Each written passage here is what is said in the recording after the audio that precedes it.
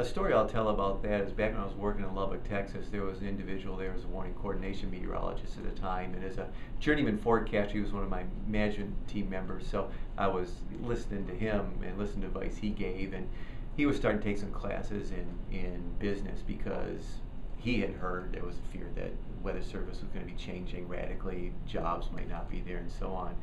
We're talking back 1993, almost 20 years ago when this happened. The wheels of government grind slowly, as I mentioned in the last question. So while the pace of change, particularly with data and computing power, is going to be very, very fast, the pace of change when it comes to other things has typically been very slow. And I see that continuing for at least the short to midterm. When I get long term, beyond 15 or 20 years, it's hard to say. But what I will mention going through probably the next decade or so is that the Weather Service will have positions available. I don't see the structure of the Weather Service changing really any time in the near future. And so again, jobs will be there that people can bid on, much like people are seeing the jobs today that they can bid on.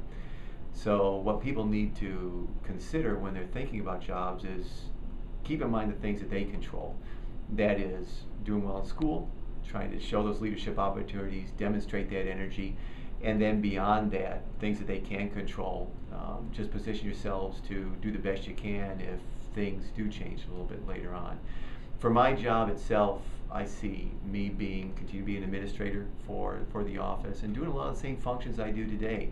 I could divorce myself maybe a little bit more from forecasting, but as a scientist, as a person who loves the weather, I want to keep my fingers in that a little bit. So I will work the occasional forecast shifts and issue the occasional warning, and as long as I can keep pace with not only the changes in my administrative work, but also the changes in the data and the technology on the forecast floor.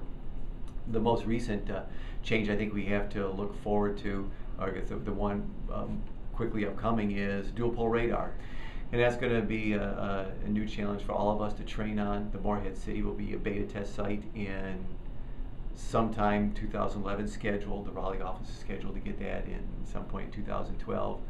So I'm looking forward to that, looking forward to learning more about that, using that to issue better warnings, better forecasts for severe weather for people. So in terms of changes, I think the big change is going to be data, technology. Other changes when it comes to structure will be much more slow.